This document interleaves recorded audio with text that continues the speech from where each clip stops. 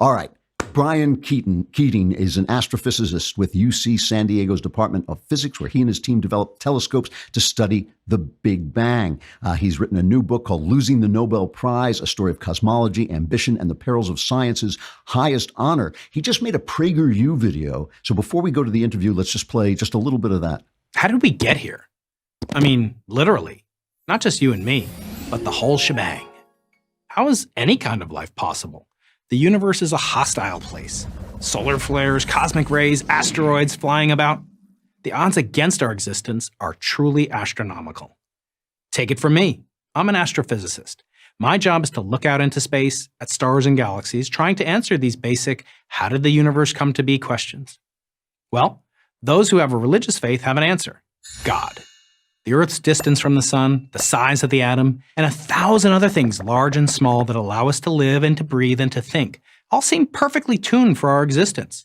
To many, this design suggests a designer. But from a purely scientific point of view, the faithful have a big problem. They can offer no indisputable proof for this belief. Because of the lack of hard evidence, it's probably not surprising that over 70% of the members of the National Academy of Sciences declare themselves to be atheists. But they have a big problem too. Absent a creator, how do they account for the existence of the universe, of planet Earth, of human consciousness? How do they account for the existence of anything? Really good video for PragerU. Here is my interview with Brian Keating on his book, Losing the Nobel Prize. Brian Keating, thank you very much for coming on, author of Losing the Nobel Prize. It's good to see you. Yeah, it's great to be with you, Andrew. Now, this book is very critical of the Nobel Prize, but before we get to that, I would like to hear more about your work, because I found the actual work you were doing fascinating. You were actually looking to see the Big Bang. Is that a fair way to put it? Yeah. Most people don't realize it, but a telescope is actually a pretty cheap form of a time-traveling machine. It allows you to go back in time, not directly, not physically, of course, but it allows you to see things that occurred deep in the distant past. And as long as you look back where there's nothing in your way, no stars, no planets, no galaxies, you can look back to the origin of light itself, which occurred shortly after the Big Bang. And so what we were trying to do with my telescope at the literal bottom of the world in Antarctica was to discover the very first light that ever existed in the universe, and whether or not it gave any evidence for the actual creation event itself. So to me, it's just the most fascinating thing that you could possibly do. And it's always been incredibly intriguing to me that human technology and human brains can comprehend, which was only the purview of the philosopher for so many millennia. Now, if you do this, is there information that you would glean? Would you now know something about the start of the world that you didn't know before?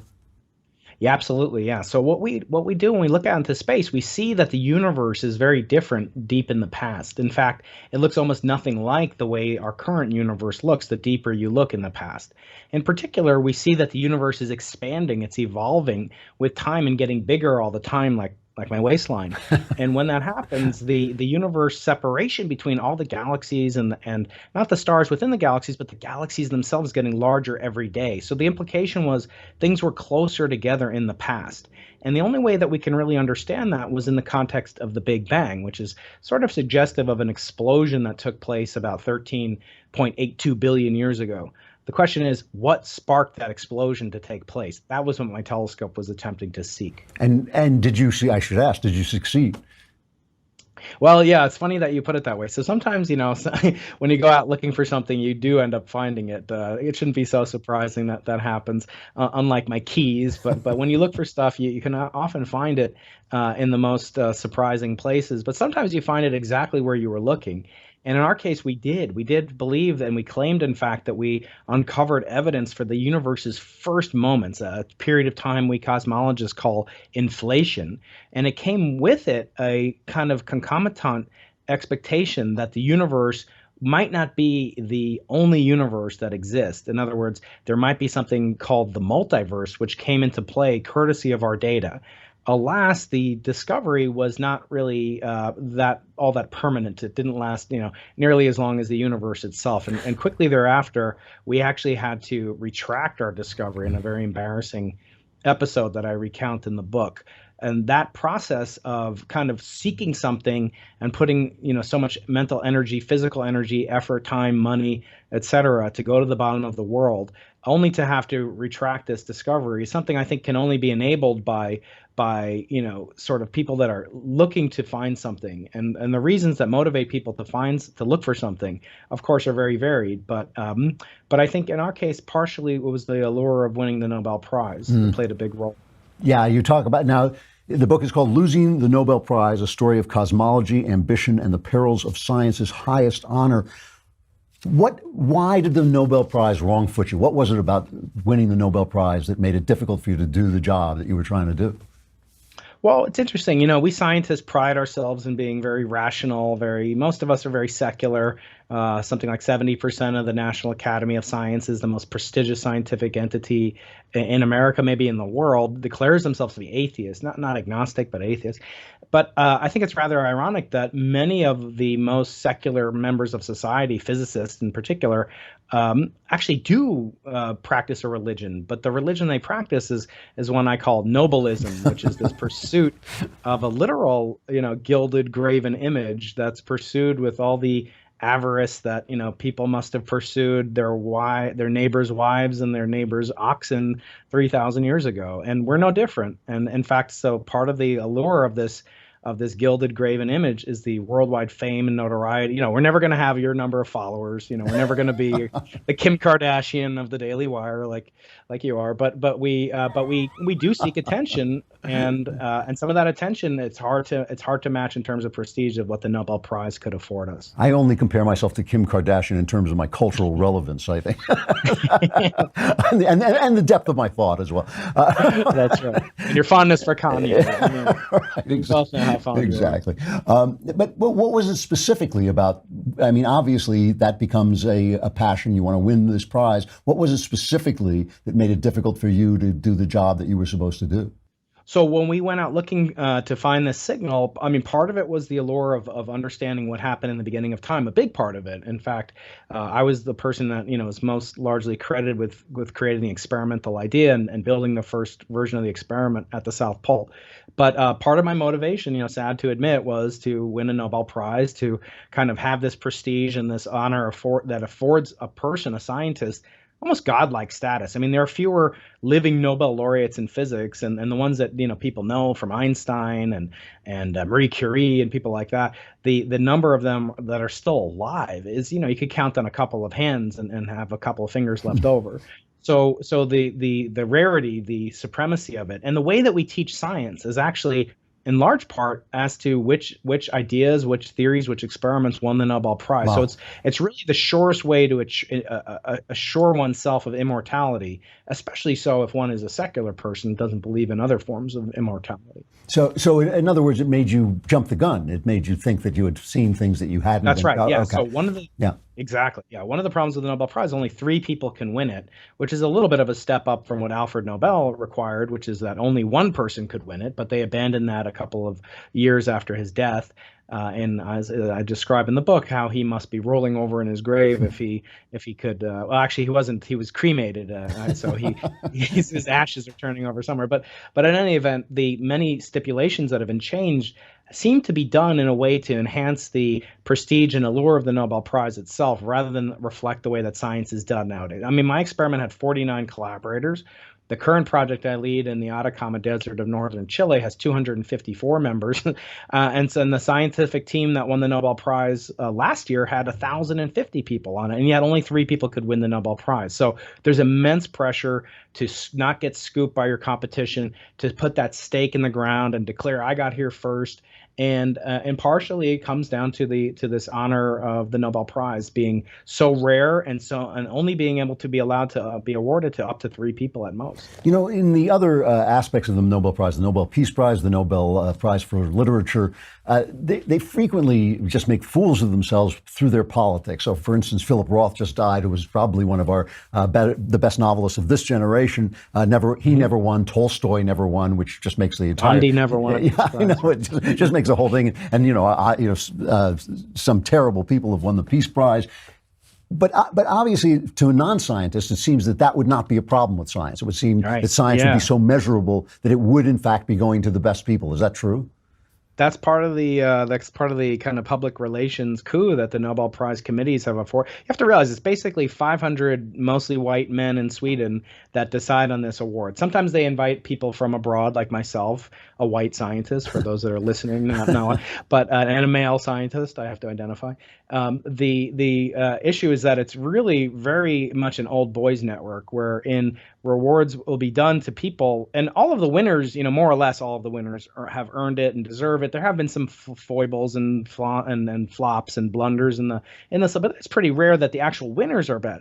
But what it does to the scientists, to the process, to the universities, to the funding agencies that are clamoring for attention and the dwindling share of federal resources, these attributes of the Nobel Prize encourage the worst parts of scientific enterprise, namely the really fierce competition, because the Nobel Prize is sort of a monopoly. It is a monopoly, and it's the only one of its kind, and in fact, it's the most powerful one that in some sense has ever been around. It hasn't really changed much in 122 years.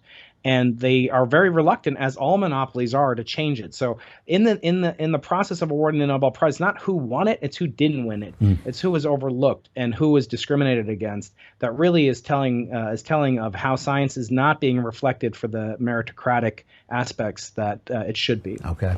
Now I really want to talk to you about your PragerU video, which I really enjoyed. And you make a point, which I have made before, actually, non-scientist that I am, that the multiverse, you're talking about the multiverse, and the multiverse has really been adopted, correct me if I'm wrong, but it seems to me that it has been adopted largely as a way of erasing the idea of God. That, in other words, some of the things that in our world are so finely balanced, so finely tuned, and it seems so unlikely that that a universe could blindly create a mind that could understand it. That they had to invent a multiverse basically to convince us that, well, this is one of an infinite number of, we just happen to be living in the one that looks like God made it. Right. Is there this always seemed to me like science of the gaps. They always laugh about God of the gaps, where we plug God into places that we don't know. But this seemed to me like science of the gaps. Is that right or wrong? Or It's very funny that you should mention that, because I was actually having a conversation with a secular colleague of mine in the biological sciences who kind of took issue with some of the points I made in the PragerU video, good-naturedly. But that's exactly what I thought. I mean, I felt like the multiverse is the ultimate gap. I mean, there is no gap broader than infinity. So for your listeners that might not be familiar with it, the multiverse is a natural outgrowth of this period of time in cosmic history called inflation that my experiment called BICEP at the South Pole set out to detect. So in other words, we were looking for it. We didn't just stumble upon it. We went out intensely looking for this phenomenon. And then we found it, and then later we had to retract that discovery. But in the brief period of time when we did discover it, there were atheists of the likes of, Richard Dawkins, Lawrence Krauss, very prominent self-declared militant atheists that said this essentially, our discovery, while it lasted, took away any notion of any supernatural intervention that would be required in a model without the multiverse, because a multiverse says there's not only a large number of events and planets and stars and people in the universe, there's an infinite number. So in other words, there's a universe where you're a cosmologist and I'm interviewing you on the Brian Keating show for the Wired Daily. And so the notion of how this actually can take place, and scientists take it with a straight face, that literally anything is possible in a multiverse. How is that reconcilable? And again, I think it's very hard to get people to give up their religions, even if they're atheists. I think they hold it just as tightly as you might hold Christianity or I might hold Judaism. And the question of whether or not somebody's willing to give that up when faced with the prospect of having no evidence and maybe never having evidence for a scientific theory, I think it's somewhat questionable for what that could do to science, the integrity of science itself. My last question is there? I recently read this book, The Consciousness Instinct, by Michael Gazzaniga, and he talks about. He says, "I'm committed to finding basically a physical explanation for everything, a material explanation for everything." And I feel that is in some ways the definition of science. That is what scientists have to do. They can't understand anything but the material world. But is that inherently, does that inherently make them blind to truths that are not physical? In other words, can you not do science and believe at the same time? No, I think you certainly can. Some of my greatest heroes throughout history and contemporary heroes like Freeman Dyson and others, have had a relationship with, if not a personal God like you or I might have a relationship with, but that they can be able to give themselves, and by force of that as well, give people like me and your listeners and you permission to believe. In other words, it's not irrational, it's not silly. Don't ever forget that the word science itself means knowledge. It doesn't mean wisdom. And just as the late great, Stephen Hawking's book, A Brief History of Time, that's a great book, but it has nothing to say about wisdom. It has nothing to say about how I should raise my 5 kids, or how I should treat my fellow human being, because there's no ultimate authority. It's sort of a divorce. It's a wisdom. It's not necessarily related to wisdom. So just in the same way, I think people necessarily shouldn't look to the Torah, the New Testament, the Old Testament, however you want to refer to, as a book of scientific facts. That's not what it's for. It's for the greatest source of wisdom. And I think all people that seek after truth can pursue it. And what could be a bigger mystery than looking to understand how or what or who caused the universe to come into existence? To me, it's just the most fascinating question I could possibly examine. Brian Keating, author of Losing the Nobel Prize. Really honest, straightforward answers. I really appreciate it. It's great talking to you. I hope we can talk again. Thank you, Andrew. It's been a pleasure. Thanks a lot, Brian.